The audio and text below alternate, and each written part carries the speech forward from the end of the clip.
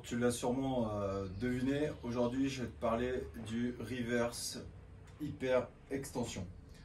Donc cet outil, il a été inventé par Louis Simmons du célèbre Westside Barbell. Donc vu que je m'intéresse de plus en plus à cette méthode d'entraînement, donc du Westside Barbell, j'ai voulu augmenter ma force, ma capacité à être plus fort sur les mouvements rois, donc le développé couché, le soulevé de terre et le squat. Et en commençant à travailler, en analysant aussi mes faiblesses, je me suis aperçu qu'au niveau lombaire, au niveau fessier, j'étais très faible. Du coup, il y a des mouvements que j'aime pas faire, donc je ne vais pas me forcer à les faire. Et quand j'ai étudié le Westside Barbell, je me suis dit, tiens, il y a ce mouvement-là que je n'ai jamais pratiquement fait, en tout cas sciemment. Et ensuite, je me suis dit, tiens, pourquoi pas en construire un. Donc j'ai fait des recherches sur Internet, j'ai trouvé les plans assez facilement. Je les ai adaptés avec ce que j'avais envie de faire, de créer. Donc le plus simple possible, mais aussi solide, parce que je pèse 91 kg, on va dire 90 pour arrondir. Et du coup, il faut que ça soit relativement solide. Cet appareil-là, pour moi, il n'est pas fait pour battre des records, d'accord? C'est vraiment un travail accessoire pour essayer de faire travailler le mieux possible mes extenseurs de hanches, principalement mes lombaires. Pourquoi cette machine-là et pourquoi pas, par exemple, un banc à lombaire? Et bien, tout simplement parce que dans cette position, vous le verrez en vidéo, et puis tu l'as vu aussi en tout début, regarde bien la partie lombaire, il n'y a pas de flexion. Et ça me plaît bien. Parce qu'on sait très bien que dans le banc à lombaire, donc c'est le même système mais avec le bassin qui va lui descendre, suivant la souplesse, ça va merder un peu, quoi. Il va y avoir cette flexion lombaire qui ne va pas être top et qui risque de laisser des séquelles. Avec cet outil-là, tu reverras à la fin de l'explication le placement, c'est impeccable. Ensuite, on va travailler dans l'amplitude qu'on désire. Donc ça, c'est intéressant.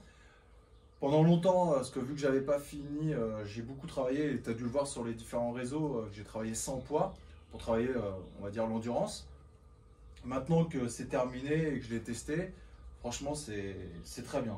Ça m'a coûté pratiquement que dalle, parce que c'est que de la récup. Donc, dans un premier temps, je vais te montrer la base, d'accord, comment je l'ai construit. Et ensuite, je te demanderai de liker cette vidéo et de t'abonner pour encore avoir plus de bricolage de l'ours. Donc comme je te l'ai dit, on va partir sur la base. Donc la base, c'est cette face-là, tout simplement. C'est comme ça qu'on nous le conseille sur Internet. Donc la base d'en bas, elle est très simple, elle mesure 45 cm. Voilà, je te mens pas. Ok. Ensuite, en hauteur, 107 pour être précis. D'accord, avec deux morceaux là qui font 108, d'accord. Donc ensuite, tu fais 108, 108, la longueur qu'on a dit 45 si je ne me trompe pas. Tu combles par un petit morceau, tu renforces avec la barre d'en bas. Donc tout simplement de 98 cm et tu as ta face. Tu la doubles, ok. Ensuite, en largeur, tu prends 60. Alors, moi, c'est 60, mais j'ai pris 59,5 parce que les bouts de bois, voilà, c'est vu que c'était de la récup, c'était plus simple. Et tu as ta structure, si je puis dire.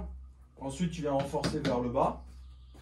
D'accord, les barres d'en bas. Donc ça, c'est à la hauteur où tu veux. Hein, j'ai pas tenu compte du tout.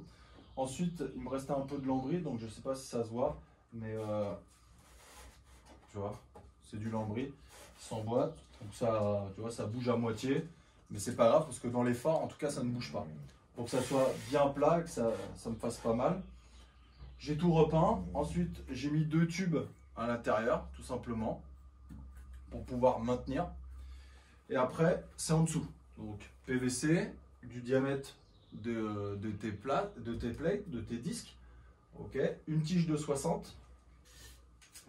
Donc, si je me trompe pas, tac, c'est bien ça, 60, ok. Et du coup, une autre tige qui reprend ta longueur et tu rentres ça à l'intérieur, tac, ok. Donc là, en fait, c'est fait pour sortir, pour pouvoir avoir du jeu, pour sortir toute cette barre en fait. Hop, j'ai caché ça avec un petit morceau. J'ai vu qu'il y avait des requins qui faisaient carrément en vissant au milieu. Moi, j'ai préféré les faire rentrer sur le côté, comme ça je suis sûr que ça tombe pas. Eux, ils ont tout vissé à l'intérieur et ça descend. Alors attention parce que, par exemple, j'ai pas respecté ce qu'il y avait marqué, c'était beaucoup plus petit. Ouais. Alors je sais pas où ça a merdé, c'est peut-être ma faute. En tout cas, 60, comme tu as pu le voir sur la vidéo, ça fonctionne très bien. Et ça me correspond surtout. Donc il ne faut pas hésiter à faire une structure. Et après, il faut tester et voir si ça te correspond bien. Voilà, donc j'espère que ça va pouvoir t'aider à construire. Il y a des fois, ça vaut peut-être pas le coup de dépenser 1300 € dans une marque, par exemple, pour avoir cet outil-là et peut-être de le fabriquer avec des restes de bois. Moi, j'en suis très content. Si ça t'a plu, je te demanderai de mettre un pouce sur la vidéo et de me suivre pour avoir encore plus d'astuces, que ce soit dans les méthodes ou même dans le bricolage. Il y a encore plein d'autres choses qui vont arriver. Je te dis à bientôt et n'oublie pas, si tu veux devenir un ours, c'est dans la description. Ciao!